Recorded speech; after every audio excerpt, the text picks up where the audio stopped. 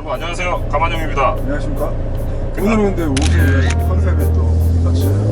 오늘 느낌은 그냥 뭐 5억짜리 차를 또 타는데 약간 뭐 도심에서의 또 타는 이런 또 느낌을 또 가져야 되지 않을까 싶어서 오늘 약간 컨셉을 좀 잡았는데 괜찮은지 모르겠어요. 괜찮네요. 일단은 제가 보는 디자인은 이 녀석의 디자인은 일단은 에어로다이나믹이 굉장히 잘 돼 있는 디자인이에요. 그리고 보통 엔진이 뒤에 있는 차들 같은 경우에는 그 쿨링 시스템이 굉장히 중요하거든요. 옆에 보면은 뭐가 없어요. 네. 뭐 없는데 이걸 어떻게 시키지 하는데 이 문 사이로 보면은 네, 맞아요. 여기로 보면 여기를 이 라인을 타고 네. 안으로 흘러 들어가게끔 만들어놨어요. 이게 대가 두 가지 역할을 해줘요. 차를 눌러주는 역할과 그 다음에 이 라인을 타고 들어가서 눌러주는 역할의 이 차가 그대로 공기가 뒤쪽으로 흘러들어요. 그래서 이 보이지는 않은데 문을 딱 열면은 여기에 쿨러들이 양쪽에 다 달려있어요. 네, 봤습니다. 네, 이런 것들이 굉장히 디자인적으로 잘 돼 있고 윙 같은 경우도 에어로를 쓰지 않아도 기본적으로는 올라는 와요. 속도를 내면 에어로를 누르면 이제 액티브하고 에어로를 누르면 이것들이 뒤쪽에 하중 그립을 눌러주면서 제동할 때 브레이크 할 때 윙이 이렇게 서요. 뒤에다가 낙하산을 피는 것과 같은 역할을 해줘요. 그래서 굉장히 단시간 안에 빠르게끔 해줘요. 엄만이 아니에요.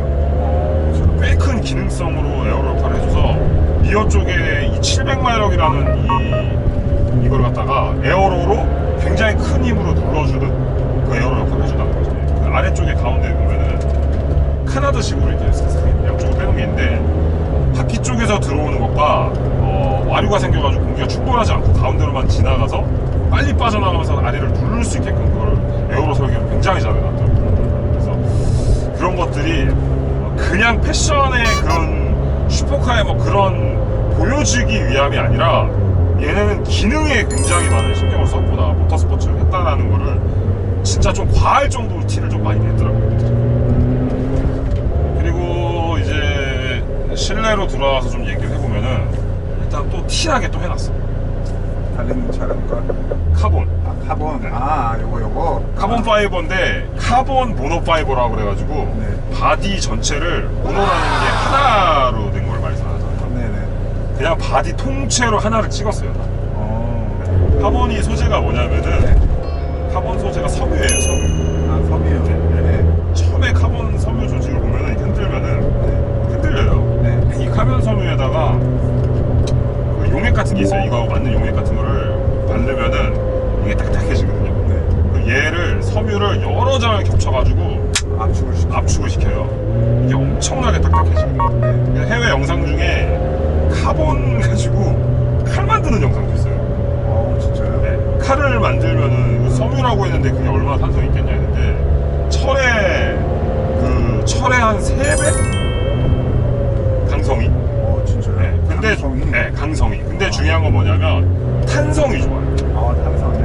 그래서 이게 이슈 중에 하나가 이게 단점인 거죠. 이슈 중에 하나가 이쪽에 유리가 깨지고 그다음에 블록 쪽에 유리가 깨지고 금이 가고 이런 게 그 이유가 뭐냐면 강성 때문에 너무 수국 때문에 뭐 이렇게 해서 뭐 맛이 가가지고 깨졌다라는 얘기가 있더라고요. 근데 그게 그것 때문에 깨질 수도 있어요. 실제로? 그건 있어요. 네.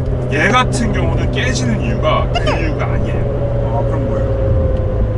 카본은 이 탄성이 엄청나게 좋거든요. 이게 차가 비틀려졌다가 그러면서 그게 그 충격이 계속 쌓이면서 예, 그래서 굉장히 힘을 많이 받기 때문에 코너링을 강하게 했거나 아니면 뭔가를 때려보거나 했을 때 이게 순간적으로 틀어졌을 때 탄성이 굉장히 좋기 때문에 이게 틀어지면서 깨질 수가 있다는 거죠. 자, 어쨌든 다시 리뷰로 돌아와서 이제 말씀드리는데 지금 시트 포지션이 얘네 포지션이 굉장히 웃겨요. 특이해요? 네, 특이하다고. 완전 드라이버 중심이고 그냥 또 모터스포츠야. 너무 또 모터스포츠야. 자, 어디까지 내려가는 거세요? 이거 위험한 곳까지 내려가는데요? 근데 여기 다 이거 좀 흑형수는 좀 불편하겠는데. 그리고 텔레스코픽도 굉장히 많이 나오고 시트도 약간 그래요. 시트도 제가 항상 말씀드리잖아요. 약간 누워서 운전을 좀 하잖아요. 얘는 그 포지션이 돼요. 많이 나오기 때문에 보세요. 이렇게 해가지고 많이 뒤로 젖혀지네. 이렇게 누워가지고 이 상태로 운전이 되고, 그리고 제일 중요한 게 페달인데 네. 딱 그 포뮬러 선수들이 운전하기 딱 좋은 시계 페달이 나왔어요. 그래서 악셀레이터 페달을 보면은 오르간 페달이거든요. 네. 오르간 페달인데 이게 이제 일자로 이렇게 서 있어요. 네네. 보통 우리 페달들을 보면은 약간 그렇죠. 부어 있잖아요. 이게 그 사람 다리 각도에서 맞춰지는데 얘는 이렇게 부어 있어. 그래서 왜 그러냐면은 포뮬러 선수들이 이렇게 뒤로 누워서 있잖아요. 네. 그래서 발을 앞쪽으로 이렇게 빼거든요. 이런 식으로. 아. 이렇게 돼 있기 때문에 아. ABC 페달 각도가 이렇게 누워 있는 거란 말이에요. 근데 얘네가 페달이 그런 식으로 나왔어요. 그리고 포지션도 콕핏에 들어가 있는 포지션이 굉장히 포뮬러를 타는 듯한 느낌을 줘요. 네네. 시트 저희 저번 주에 박스타 했었잖아요. 네. 그거보다 이게 훨씬 편하더라고요. 저는. 그렇죠. 포지션으로 자체는 굉장히 편한 건 맞아요. 자, 와인딩 왔는데 한번 달려볼까요, 우리? 네네. 갑자기 또 왔네요. 벌써 다 왔어요.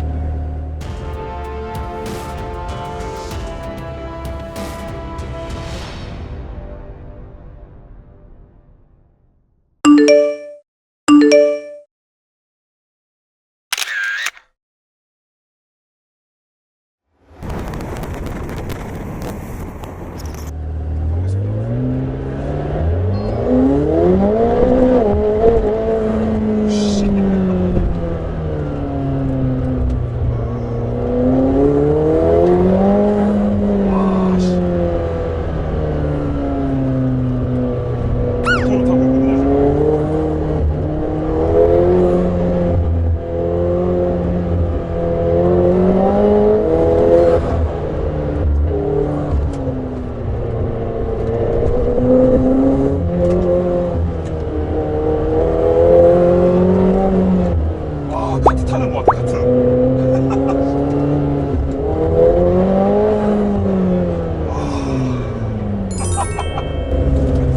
오! 차가 전혀 그게 없네요. 앞뒤로 쏠리는 게.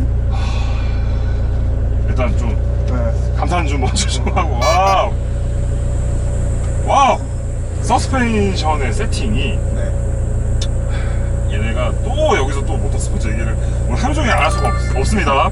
좀 지겹더라도 좀 들어주셔야 되는데, F1 기술 중에 걔네들이 마력수가 600마력, 700마력 막 이래요.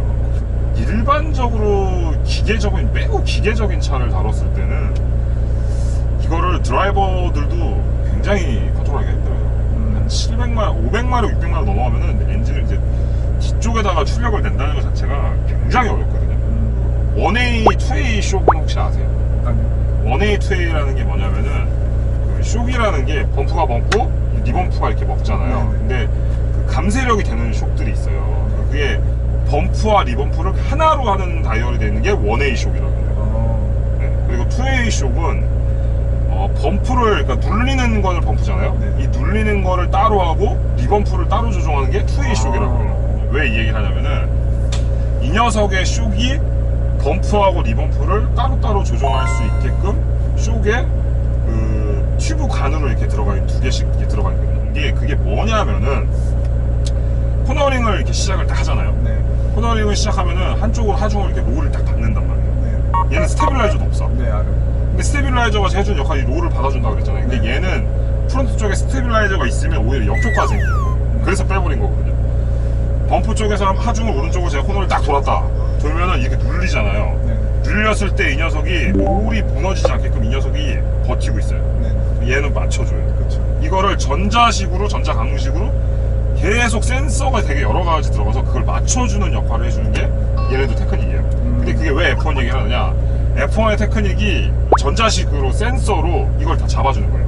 사람이 하지 못하는 것, 사람이 할 수도 있지만 굉장히 컨트롤이 어려우니까 악셀레이터만 잘 부드럽게 밟아도 차가 정말 정교하게 빠르게끔 빠져나갈 수 있게끔 그게 된다는 거예요. 얘네들이 이거를 수치를 계산하기 위해서 캠브리지 대학의 대학생들, 대학원생들이 그 5년 동안 수치 데이터만 계산했대요. 5년 동안. 5년 동안 수치만 뽑은 거예요. 그러니까 가장 이상적인 상태에서 차가 놀지 않고 이 트랙션을 계속 연결해 줄 수 있게끔 만들어 주는 거죠. 이 메커니즘과 이게 와 진짜 경이롭네요 진짜. 외계인이 포르쉐에서 일로 왔나 보네요. 유튜브 댓글에 그 질문 중에 인상적인 게 있었어요. 우리나라는 서킷에서는 빠르지만 감성적인 게 좀 부족하다고 하는데 어떠냐 그런 질문이 있었거든요. 네네네. 일단 엔진도 네. 페라리나 람보르기니를 그때 탔을 때 그 엔진으로 오는 사운드나 그 감성들이 네.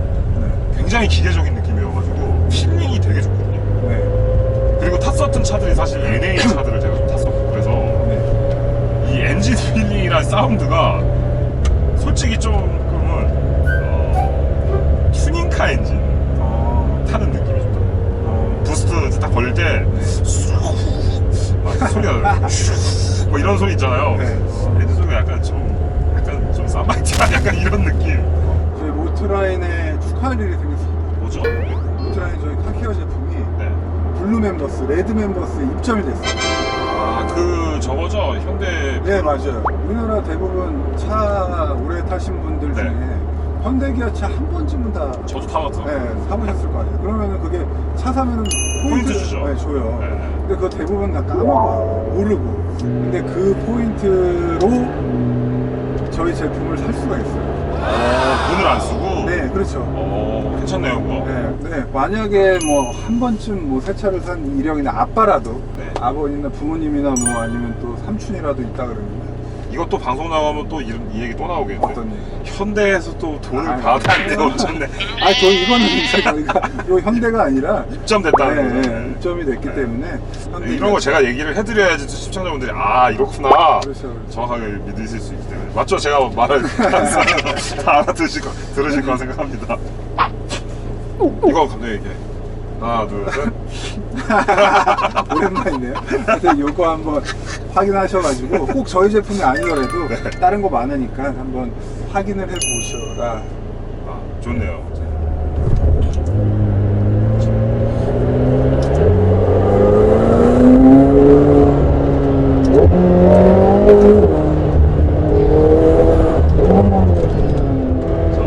미쳤는데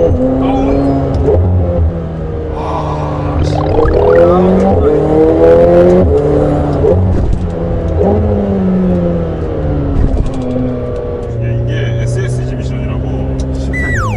신세계 미션입니다. 신세계 백화점이야? 네. 진짜 SSG 이름이. 네 SSG예요. 심리스 시퀀셜 기어박스. 듀얼 클러치와 시퀀셜이 적절히 믹스된 미션이에요. 시퀀셜은 경기차가 시퀀셜이라고. 네, 이렇게 하면 빡빡빡 그거 아시죠? 그 시퀀셜 기어인데 듀얼 클러치도 한 놈이 돌면서 한 놈이 멈춰져야지만 이게 들어가는 거야. 그리고 얘가 그 듀얼 클러치 안에도 싱크로라는 게 들어가거든요. 그래서 그 기아를 넣을 수 있게끔 도와주는 역할을 해주는 거예요. 근데 얘는 그러니까 기아를 제가 뺀과 동시에 다른 기아가 들어가는 거예요.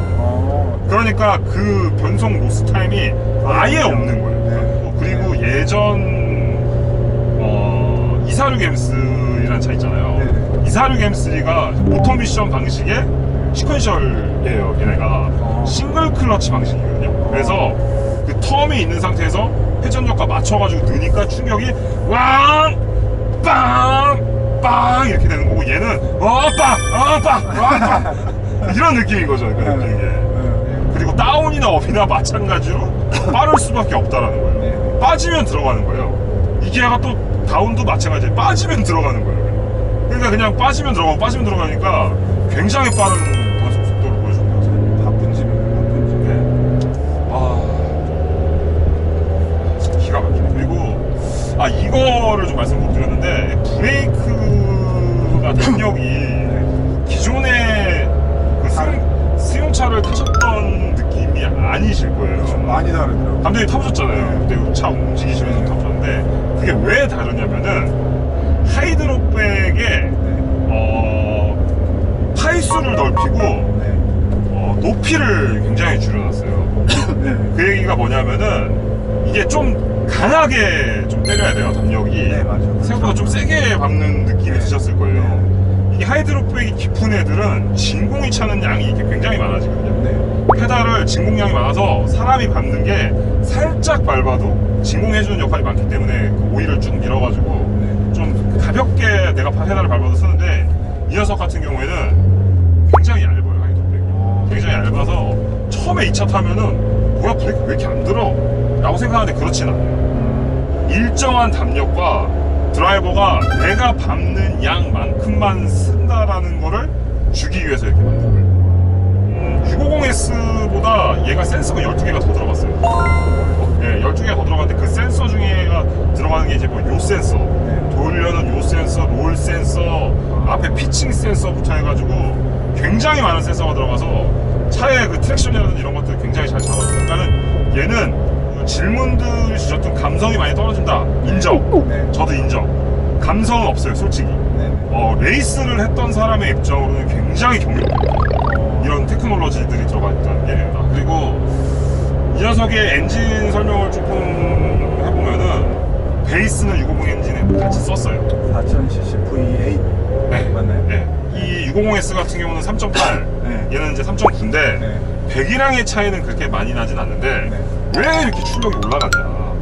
왜 이렇게 출력이 올라갔냐? 이유는 이제 컷로드, 네. 피스톤, 기본적으로 들어가 있는 그 엔진에 들어가는 뭐 크랭크부터 이런 회전이 되는 움직여지는 이 엔진들을 굉장히 가볍게 만들어놨어요.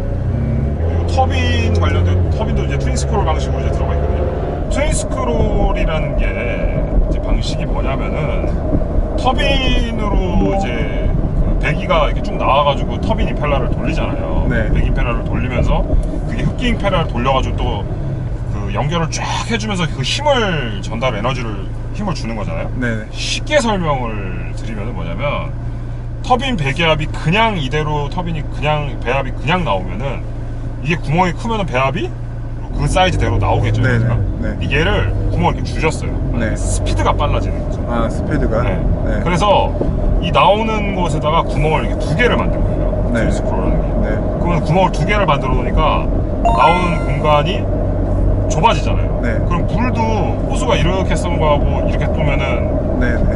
물 주기가 힘이 멀리 빨라지고 멀어지고 꽤 괜찮아졌잖아요. 네. 네. 근데 단점이 있어, 트윈스콜이. 뭐죠? 구멍이 작으니까 압이 차잖아요. 네. 네. 그럼 열이 너무 많이 발생해요. 아, 그렇게. 압이 꽉 차버리니까. 네. 네. 어쨌든 이 녀석도 트윈스크롤 방식이 돼 있어서 엔진 회전수를 굉장히 빠르게끔 리스폰스를 빠르게끔 줄 수 있다는 거죠. 그래서 리스폰스가 악셀레이터 딱 밟으면은 크랭크가 무거운 차들과 크랭크 가벼운 차들은 악셀레이터 밟으면 RPM 회전이 올라가는 타이밍이 다르거든요. 보세요. 네. 자, 살짝, 정말 살짝 6천까지 7천까지 때리는데도 어마어마하게 빠르게끔 회전이 되는 거예요. 네네. 그 얘기는 뭐냐면 결국은 이 회전하는 게 가볍기 때문에 굉장히 빠른 회전력을 준다는 거죠. 그렇기 때문에 여기서 힘을 갖고 그리고 터빈하고 굉장히 그 세팅이 굉장히 잘 돼 있어요. 진짜 정말 잘 돼 있는데 중요한 건 뭐냐? 감성은 떨어진다. 그냥 굉장히 그 모터스포츠의 빠른 차, 오로지 목적 그거에만 포커스가 많이 맞춰져 있는 게 느껴져요. 해외마다 롤센타를 보는 기준이 다 달라요. 재밌죠? 네네. FIA라는 단체가 있어요. FIA. FIA. 네. 전 세계의 자동차 경주 협회예요. 아, 피아? 네, 피아. F1도 FIA에서 인증하는 대회인 거고. 네네. 지금 국내에서 요새 좀 핫하게 이루어지고 있는 뭐 TCR, 그쵸. 뭐 국내에서 이루어지는 슈퍼레이스, 네네. 해외에서 이루어지는 뭐 슈퍼GT, DTM 뭐 이런 애들이 다 FIA에 산하된 자동차 경주 협회에 등록돼 있는데 네. FIA에서 정의를 내려주고 있어요.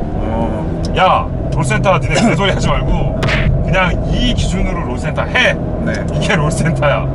바퀴에서 그 반대쪽 로암이 시작되는 그 물리는 피봇, 그 볼트가 들어가는 피봇 자리가 있거든요. 네. 그 자리를 선을 딱 거요. 네. 바퀴 지면에서 바퀴를 딱 다는 것과 네. 그리고 반대쪽도 지그를 딱 다는 대로 X자로 딱 선을 딱 거면은 네. 가운데 포인트에 점이 딱 생기는 데가 있어요. 그렇죠. 거기가 롤센터예요. 아, 그렇게 그게 기준이 돼버렸구나. 그게 기준이에요. 그게 롤센터로 기준을 잡아줬어요, FIA에서. 네. 거기에 또 하나 들어가야 되는 게 질량에 대한 센터가 또 있어요. 질량. 네, 질량. 네. 이 엔진에 관련된 이 위치에 따른 이 질량 센터가 있는데 네.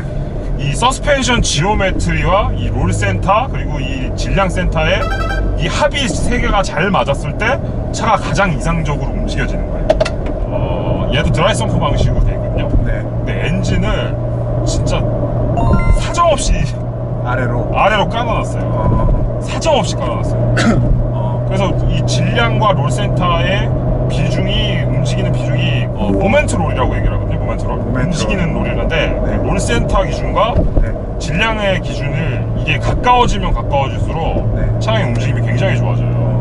그러니까 보통은 롤 센터가 여기 아래에 있고 네. 질량 센터 그 질량의 센터가 여기 좀 위에 있거든요. 네. 근데 이게 멀어지면 멀어질수록 차량의 롤이 많아지고 움직임이 별로 좋지가 않아져요. 근데 얘는 굉장히 가깝게 만들어놨어요. 그래서 이 700마력이라는 이 엔진을 뒷바퀴 굴림 방식이지만 이 요 센서하고 굉장히 잘 맞춰가지고 차량의 움직임 거동이 700마력이지만 이걸 트랙션을 잃지 않고 밀고 나간다는 게 굉장히 세팅이 잘 돼 있다는 거죠. 근데 얘 같은 경우는 차고 조절이 있어야 되지 않아요? 이거 리프트 기능이 있어요. 아, 있어요? 네, 리프트 기능이 있고 탈만 하실 거예요. 그렇게 막 말해준 게 어떠세요, 감독님? 아, 저도 괜찮다고 느꼈어요. 데일리로 탈만 하다고 느껴지죠? 네. 데일리로 타듯이 방지턱 넘는데도 전혀 위화감이 없어요. 그 이유가 뭐냐면 얘네들이 만들어 놓은 공법이 그 롤을 받았을 때는 차가 하드해지고 네. 수직으로 움직여질 때는 굉장히 소프트하게 만들어요. 그렇게. 네. 머리 좋네. 네, 그래서 그거를 서스펜션을 진짜 잘 만들어 놨어요. 자, 이제 고속도로로 고속을 한번 좀 달려보도록 하겠습니다. 자, 액티브 에어로 다 들어갈 겁니다.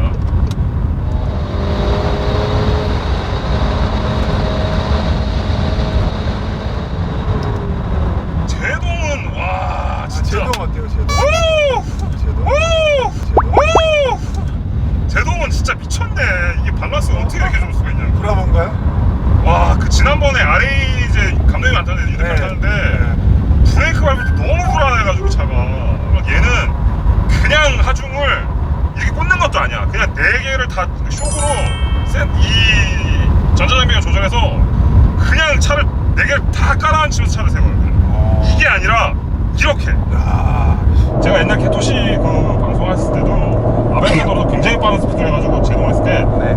살짝 제가 잡았었어요. 약간은 들리더라고요. 근데 그래도 깔아앉는 느낌인데 얘는 그 수준을 뛰어넘어서 아무것도 안 했어요. 그냥 이렇게 알아서 서스펜션이 잡아가지고 도면을 맞춰서 그냥 세우는 거죠. 길이 이게 좀 울퉁불퉁하더라도 그거에 맞춰서 그냥 세워주는 거예요.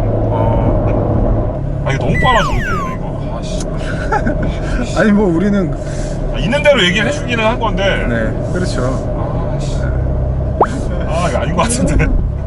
아니 뭐 이거 받은 것도 없는데 뭘 좀 바꾸고 나서 내가 이렇게 하면은. 자, 여러분 안녕하세요. 까만형입니다. 타보면서 말씀을 드리도록 하겠습니다. 자, 인제 스피디움. 약간은 사실 긴장이 솔직히 해서 긴장되지는 않고요. 부담이 됩니다. 부담스러워요. 네. 여기 보면 T라고 이렇게 적혀 있어요. 이게 다 트랙 모드인 것 같은데 트랙 모드를 일단 다 바꿨습니다. 그리고 매뉴얼 모드로 다 바꾸도록 하겠습니다. 바로 출발해 보도록 하겠습니다.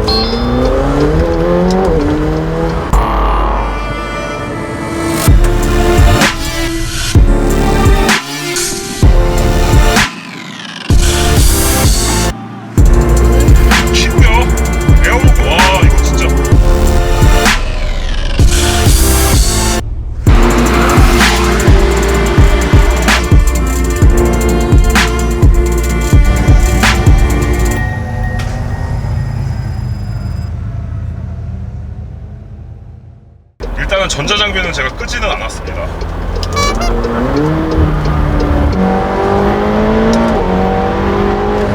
이 시트 포지션 자체가 양발 주행이 훨씬 편해요 지금.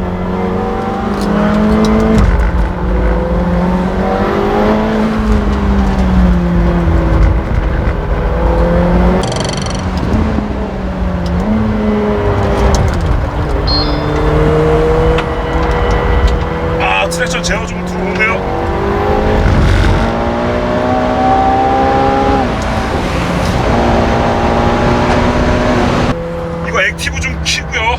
에어로까지 다 키도록 하겠습니다. 와 이거 진짜 미쳤네.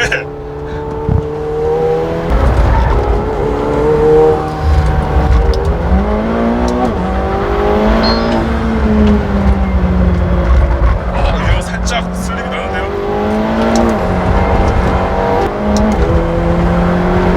이거 트랙션을 좀 꺼야 될 것 같아요. 이 녀석도 저한테 좀 방해를 많이 주네요. 700마력이라는 차인데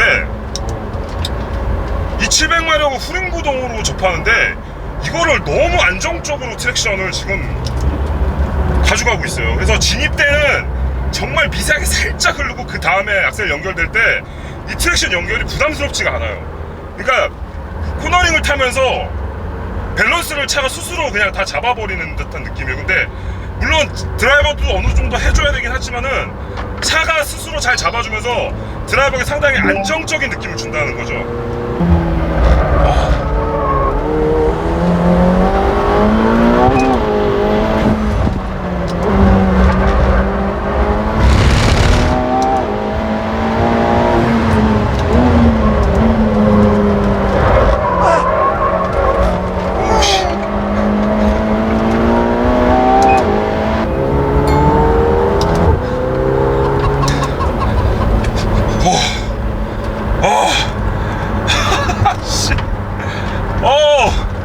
제가 전에들 뭐 BMW나 이런 것들을 리뷰했을 때 여기서 오버스티어가 살짝 나면서 뭐 살짝 천천히 흘리면서 제가 드리프트성으로 카운터도 치고 나오고 이런 느낌인데 얘는 드리프트성보다는 오히려 툭 치면은 그냥 바로 잡혀서 차가 발에서 너무 잘 잡히는 느낌이에요. 그리고 일단은 브레이크 첫 번째 코너를 들어갈 때 브레이크 제동 느낌이 너무 좋아요. 이 스피드를 가는데 어떻게 이 스피드를 가는데 그 지난번 RA 때 브레이크를 제가 불안해서 못 밟겠다라고 말씀을 한번 드렸거든요. 그래서 앞쪽에다가 프론트에 그립을 줄 수 있게끔 뭔가를 달아야 된다고 말씀드렸는데 이 녀석은 그런 게 필요 없어요.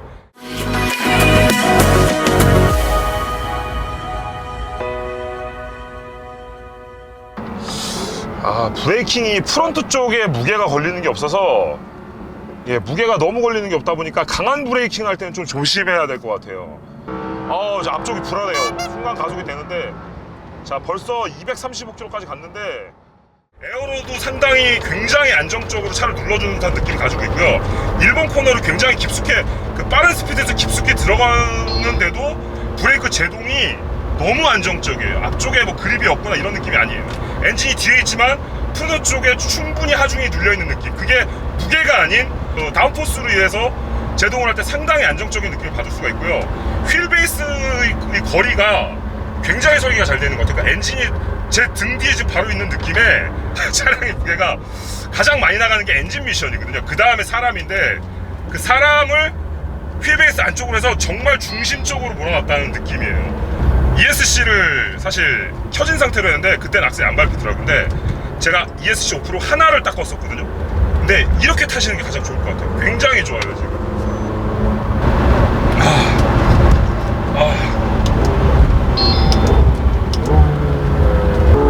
이제 차가 조금 적응됐어요.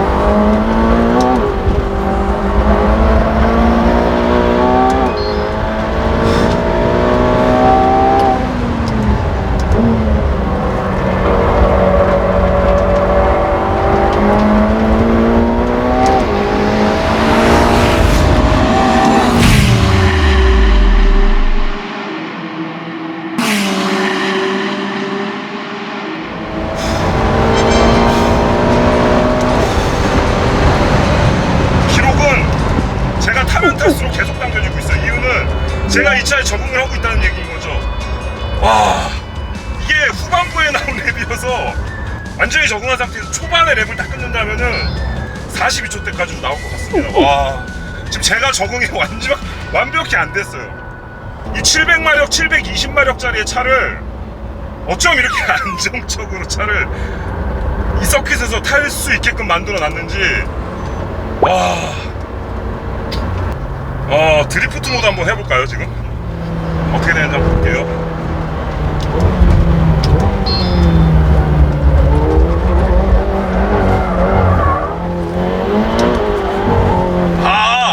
이 드리프트 모드를 해보면은 이 타강량만큼 딱 넘어가면은 그만큼 센서가 다 달려있다는 얘기죠. 원래는 이걸 드라이버들이 드리프트하는 선수들이 이걸 컨트롤하고 하는데 이 이상의 요값이 리어 요값이 딱 돌아가기 시작하면 그때부터 악셀레이터가 딱 멈추고 거기서 유지가 돼요.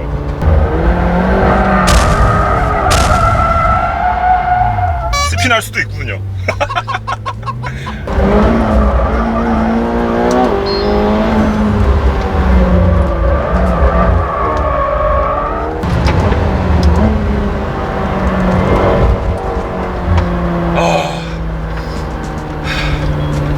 미친 것 같습니다, 이 차.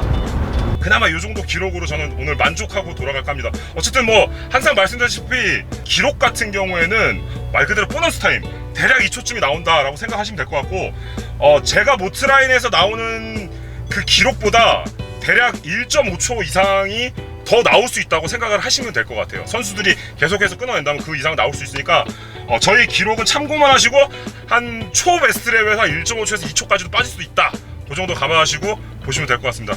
자, 저는 서킷 리뷰 여기까지만 할게요. 너무 힘들어요. 근데 재미가 미친 것 같아요, 진짜. 와, 대박 진짜. 다리가 힘들어 진짜.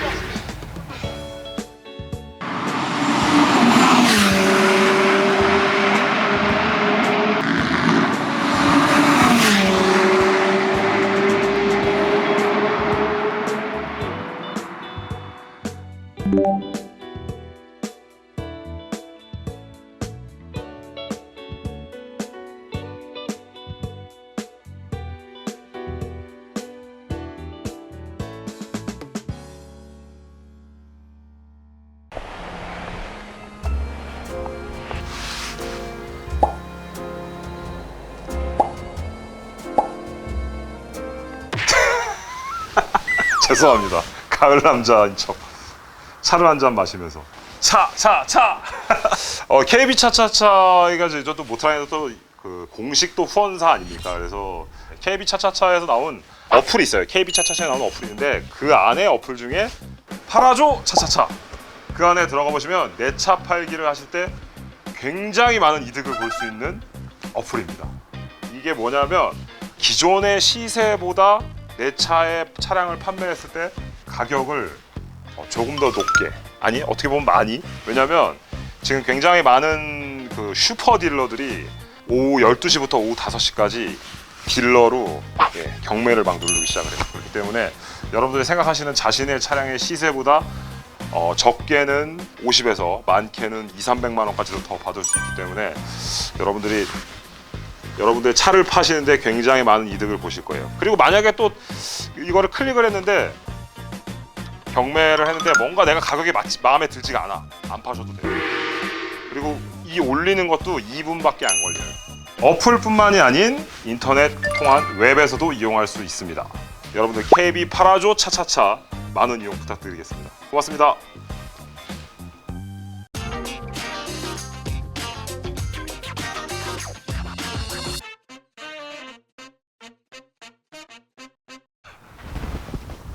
안녕하세요 여러분, 까만형입니다. 총평을 하기에 앞서 여기가 어디냐면은 이천에 있는 도자기 마을이에요. 근데 파주에는 헤이리 마을이 예술가들이 사는 마을인데 여기가 지금 도자기 마을로 이천 휴게소에서 빠져나오면 바로 이렇게 나와서 이천에서 굉장히 밀고 있는 곳 중에 하나인데, 여기를 왜 왔느냐, 말 그대로 도자기라는 게 예술 문화 작품이잖아요.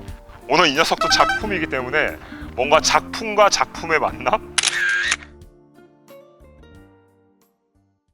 전자감응식 댐퍼로 인해서 수직으로 움직여지는 댐핑에서는 굉장히 부드러운 느낌이 있었어요. 물론 일반 승용차에 비한다면은 뭐 하드할 수가 있겠지만은 오히려 그 포르쉐 파나메라 얼마 전에 최근에 탔잖아요. 파나메라가 더 하드했었어요, 이 차량보다. 오히려 일반 데일리로 타는 데는 느낌이 그렇게 문제는 없을 것 같아요, 타는데. 그리고 연비도 생각보다 일단 9km대가 나오고 트렁크 공간도 좀 많이 큰 편이에요. 그래서 저희 촬영 장비, 모터엔진 촬영 장비들 여기다 다 넣고 오늘 그 촬영을 좀 하고 있는데, 그렇기 때문에 그 짐이나 실내 수납 공간도 그 뭔가 짐을 내 거에 간단한 것들, 뭐 여행 가기까지도 괜찮을 것 같은데 데일리로서도 충분히 메리트가 있다고 느껴지고요. 뭐 단점이 하나 있다면은 좀 낮은 데를 못 가는데 그 부분도 리프트 기능이 있기 때문에 어느 정도 커버가 되지 않을까라는 생각이 듭니다.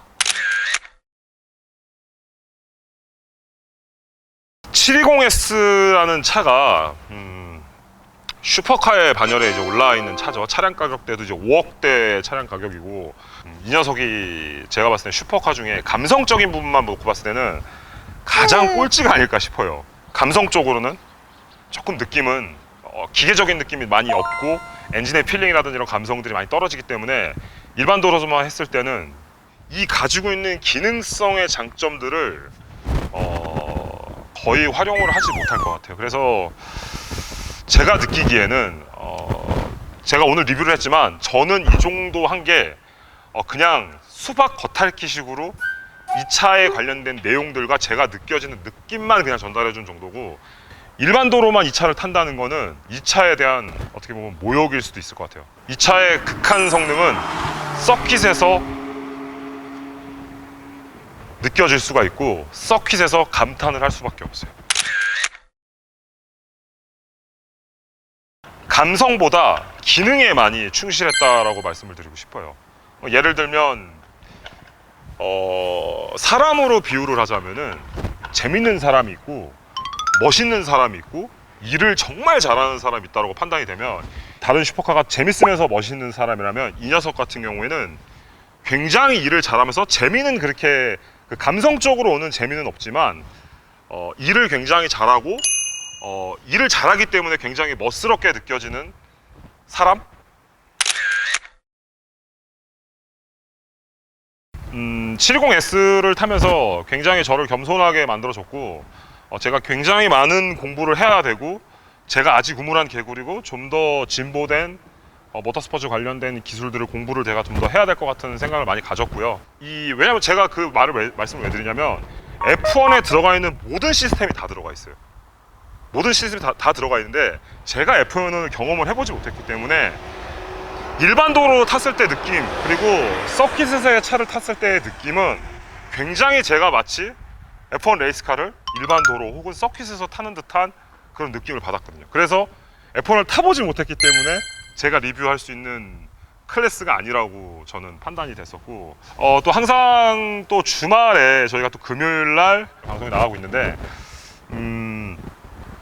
어쨌든 주말을 저희가 꼭 책임져 드릴 수 있는 그런 리뷰가 되도록 더욱더 노력을 할 거고요. 항상 또 너무 시청 잘 해주시고, 지난번 또 생방송 때도 많이 들어와 주시고 너무 감사드리고, 제가 가능한 매주 월요일 날에 금요일에 했던 리뷰를 가지고 라이브로 또 해주는 비하인드 스토리 얘기도 또 한 번씩 해서 또 시청자분들과 함께 또 커뮤니케이션을 하는 또 그런 방송이 되도록 노력하겠습니다. 그리고 저희 모터라인 많이 시청해 주시고 많이 응원 주시고, 뭐 또 재밌게 보셨으면 또 좋아요하고 구독도 좀 부탁드리고, 어쨌든 오늘도 너무 시청해 주셔서 너무나 감사드리고요. 가정 내 두루두루 항상 평안한 좋은 일만 있으시길 가득하시길 바랍니다. 오늘도 시청해주셔서 너무나 감사합니다. 고맙습니다.